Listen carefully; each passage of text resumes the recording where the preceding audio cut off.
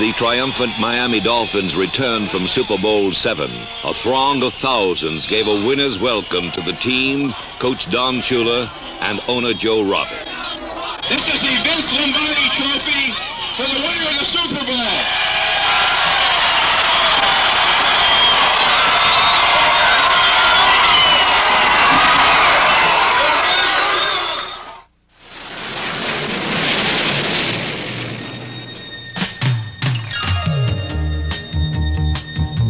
Arrowhead Stadium was the scene of the opener. Don Shula had set a single goal for the new season: to get his team in the Super Bowl and win it. Beating the Chiefs in their new stadium would be the first step. The irony of opening in Kansas City was apparent to all, especially Don Shula. For this was a rematch of 1971's Christmas Day playoff in football's longest game. Garo Yepremian's field goal in sudden death overtime had beaten the Chiefs and propelled the Dolphins into the Super Bowl.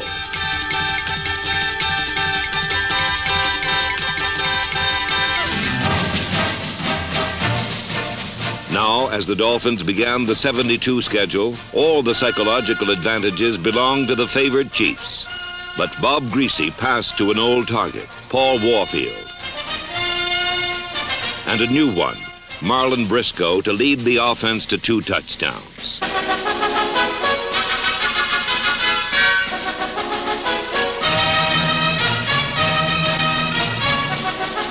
Miami's famous no-name defense was superb, stopping the Chiefs' running game, shutting off their big threat Otis Taylor, and harassing Len Dawson throughout the game.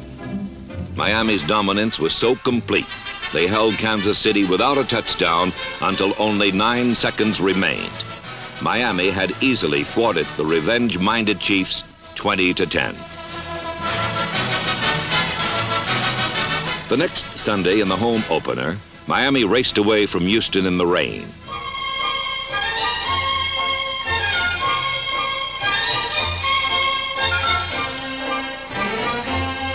All 4 of Shula's backs, Morris, Zonka, Greasy, and Kick, scored touchdowns as the Dolphins won their second 34-13.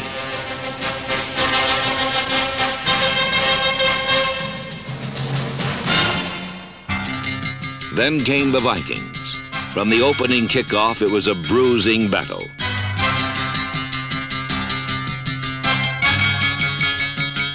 On their very first series, Fran Tarkington burned Miami with the bomb, and Minnesota led.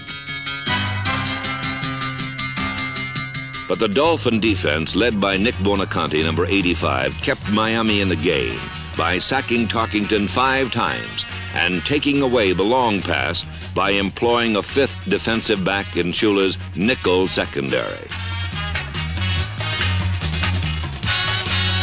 Garo Yepremian's long-range field goals of 38, 42, and 51 yards kept his team close, but Miami trailed with less than 2 minutes left. Then Bob Greasy, in a masterpiece of clutch passing, moved the Dolphins downfield.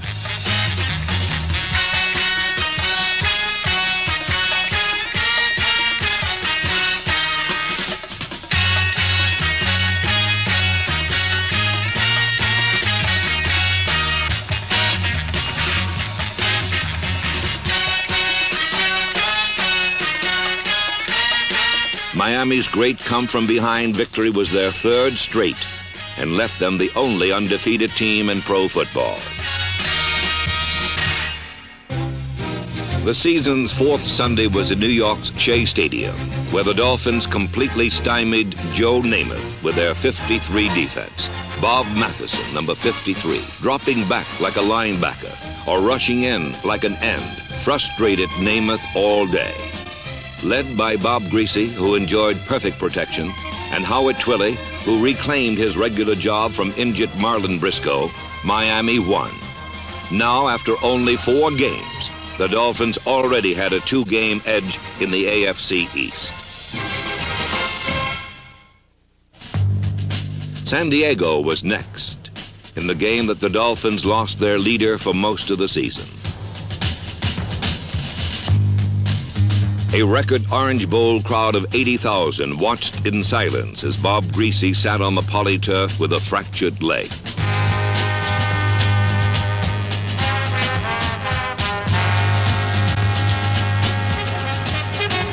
But Miami was well prepared, and as Bob Griese was wheeled off the field on a stretcher, his successor, the last of the crew cuts, 38-year-old Earl Morrall, took his place at the line of scrimmage. With the poise of the old pro that he is, Morrall soon had the Orange Bowl rocking with cheers as he completed 8 of 10 and hit Paul Warfield and Howard Twilley for touchdown passes.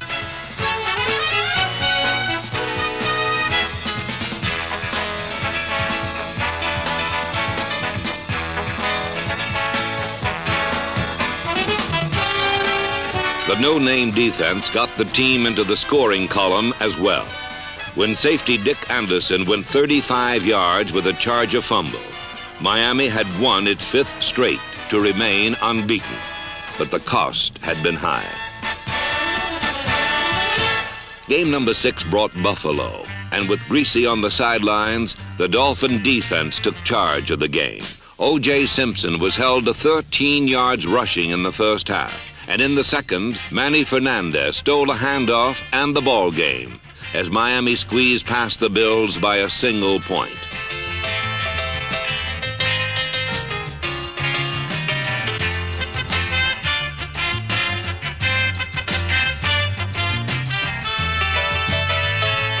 The following week in Baltimore, the Dolphins' attack opened up on the coast.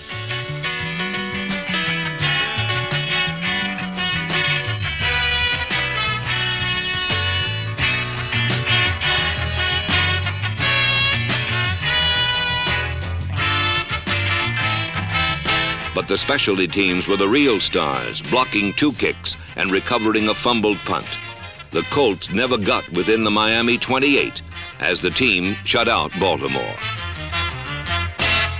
The season's second half began with Miami still unbeaten. In Buffalo, the ground game rolled over the Bills. The decisive factor was the magic feet of Mercury Morris, who stutter-stepped through the mud in one of his most impressive performances as a pro.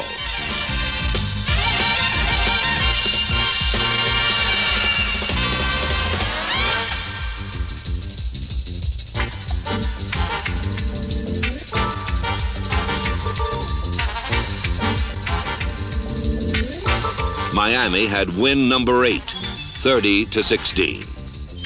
The next Sunday, Morris continued his great play, scoring 3 touchdowns against New England.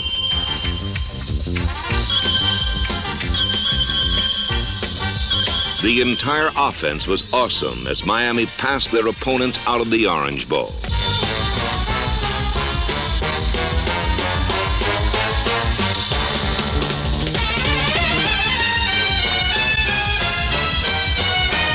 The 52-0 pasting of the Patriots made Don Shula the first NFL coach with 100 victories in only 10 years.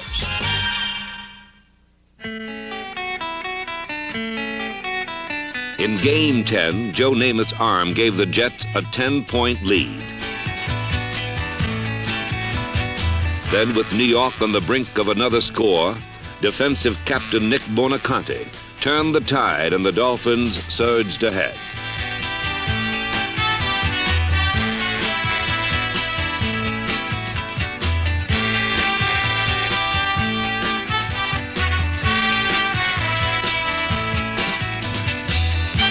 The mercurial Morris was turned loose, churning and cutting through the Jet defense in a brilliant display of open field running.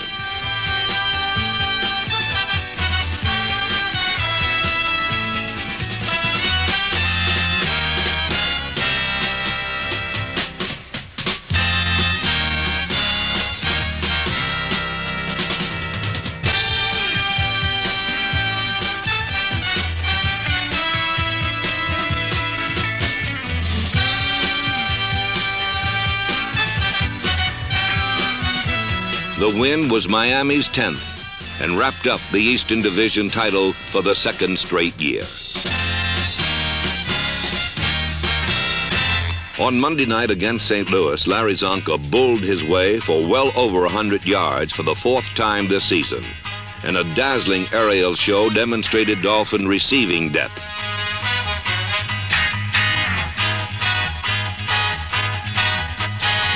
On defense, Miami capitalized on 6 Cardinal turnovers in a 31-10 romp over St. Louis.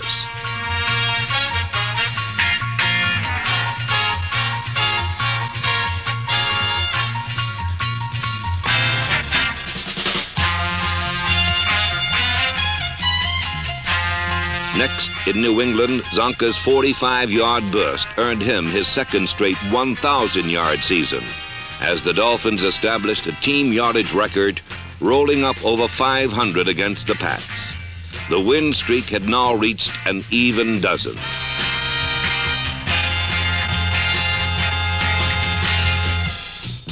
In Yankee Stadium, a relaxed Alex Webster and his Giants were determined to break the Miami streak. Shula's team was bucking the law of averages, and a hostile crowd of 63,000 who would have enjoyed nothing more than to witness a Dolphin defeat in the big town. But Jim Kick, averaging 11 yards each time he got the ball, put on a brutal display of power running. And great catches by agile Paul Warfield decimated the Giants' secondary as Miami won with room to spare.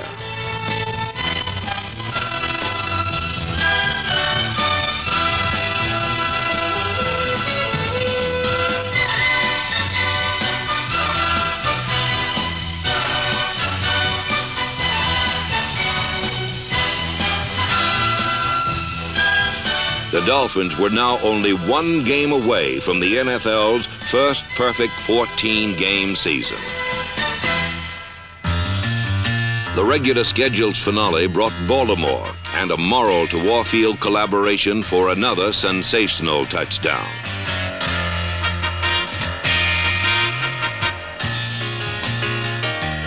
Warfield's touchdown and Garo Yepremian's field goals of 35, 40, and 50 yards accounted for all the Miami scoring. It was in this game that the Dolphin ground attack broke a 36-year-old record to become the greatest rushing team in NFL history and the first to have 2 1,000-yard runners on the same squad. The no-names were again superb, completely shutting off Marty Dombrys and John Unitas for Miami's third consecutive shutout over Baltimore.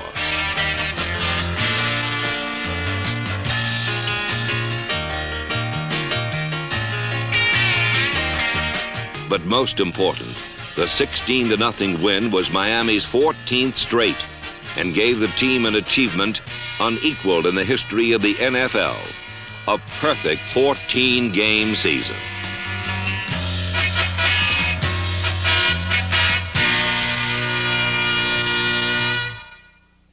Shula and assistants Arnsparger, Clark, Keynes, Gary, and Tassif coached a team that ranked number 1 in offense and defense in the NFL. Their perfect season was even more impressive because they accomplished it without their regular quarterback. However, Earl Morrill succeeded Greasy as leading passer in the conference and was named All-Pro. As good as Morrill was, no one can completely replace a Bob Greasy, whose strong arm and quick feet run enemy defenses ragged.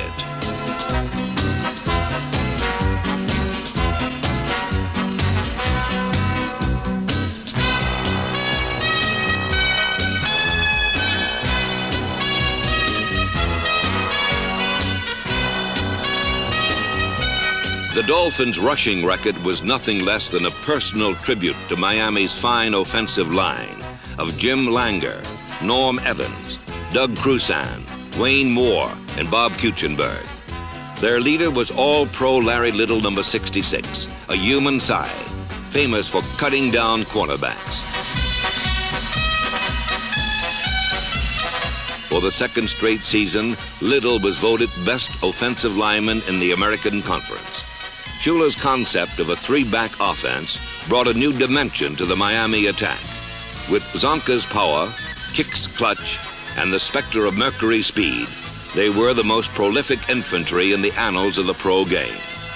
They were also teammates in the truest sense, making the key block and cheering the others from the sideline.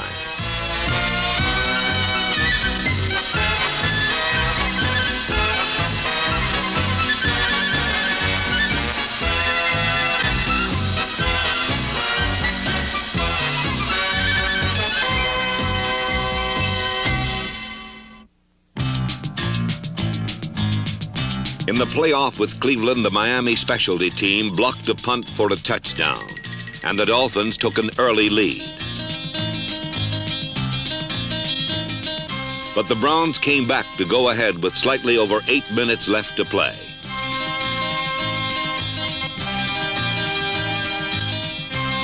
Here, Miami showed why it was unbeaten.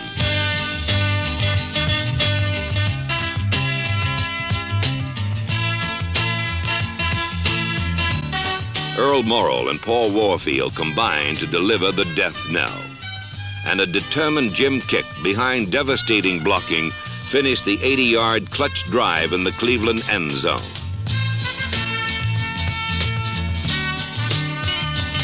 The Dolphins, in a pressure-packed performance, had come from behind to win, and Miami's inexorable march through the season continued.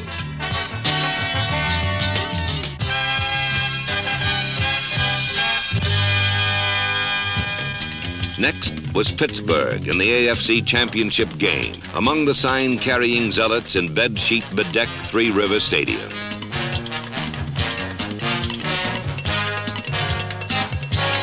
On their very first series, the Steelers scored and took the lead.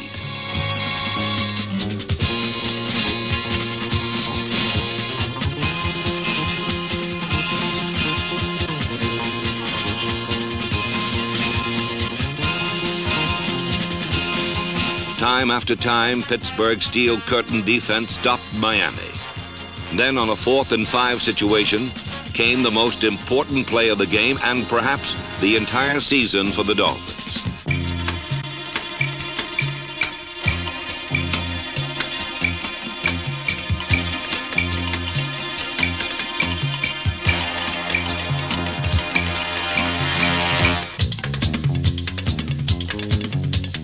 With Steelers seemingly running interference for him, punter Larry Seipel's risky 4th down gamble succeeded, and Miami was on its way.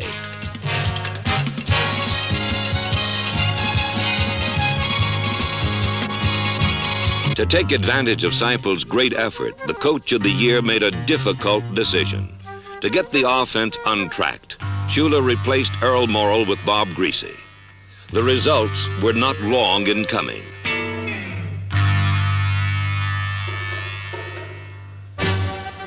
On his first pass of the playoffs, the gifted Greasy split the Steeler defense with a pass that Paul Warfield took for 52 yards. Several plays later, Greasy pitched to Jim Kick, the money performer without peer, who scored the go-ahead touchdown. It was 1 of 4 that Kick would score in the 3 postseason games.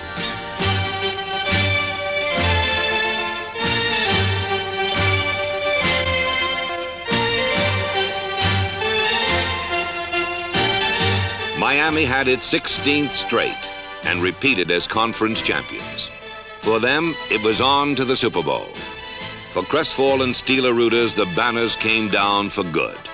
The Dolphins had ended their great season.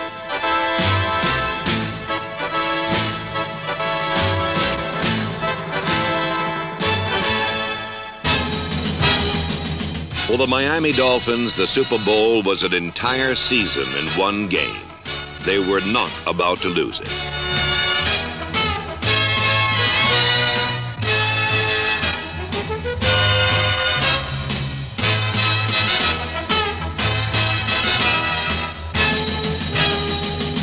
Bob Greasy hit on 6 of 6 passes in the first half and threw to Howard Twilley for the game's first score.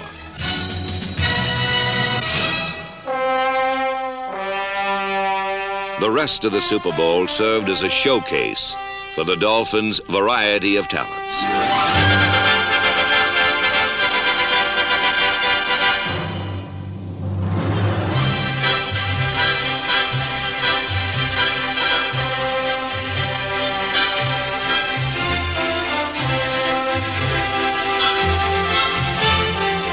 The Dolphin defense was the real story of this game, stopping Larry Brown cold. Jake Scott was named Most Valuable Player for his 2 interceptions. And Manny Fernandez had the kind of a day a defensive lineman dreams about, as the no-name defense completely controlled the game.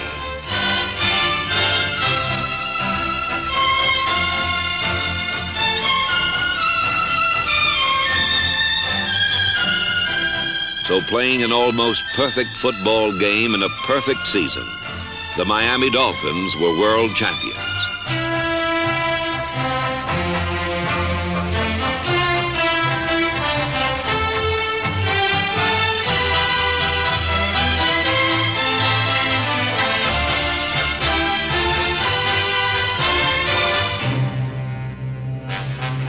Only 7 years since Joe Robbie was granted a franchise in the old AFL, Miami not only won the Super Bowl, but had gone an entire season undefeated. A feat no other NFL team in history has accomplished. It is unlikely ever to happen again.